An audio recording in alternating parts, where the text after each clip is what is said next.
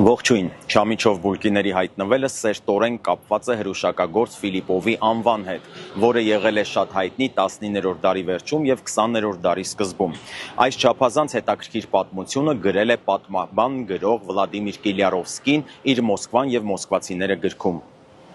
19-րդ դարի վերջում Մոսկվայի քաղաքապետն էր գեներալ Զակրևսկին, որը հայտնի է եղել բռնկվող ծանր բնավորությամբ։ Նրա մասին բազմաթիվ լեգենդներ են պատմել, ասում են նաև, որ նրանից շատ վախեցել են։ Գեներալը սովորություն է ունեցել յուրաքանչյուր առավոտ խմել թեյ թարմ բուլկիներով։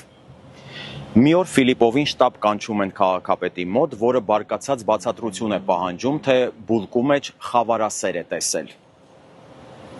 Ֆիլիպովն անվրդով պատասխանում է, որ դա ոչ թե խավարասեր է, այլ չամիչ, և առանց վարանելու ուտում է բուլկու այդ կտորը։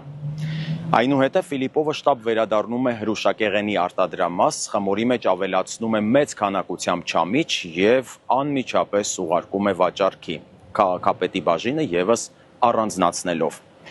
Այդ չամիչով բուլկիներն ունենում են շռնդալից հաջողություն, բարձրացնելով հրուշակագործի վարկանիշը։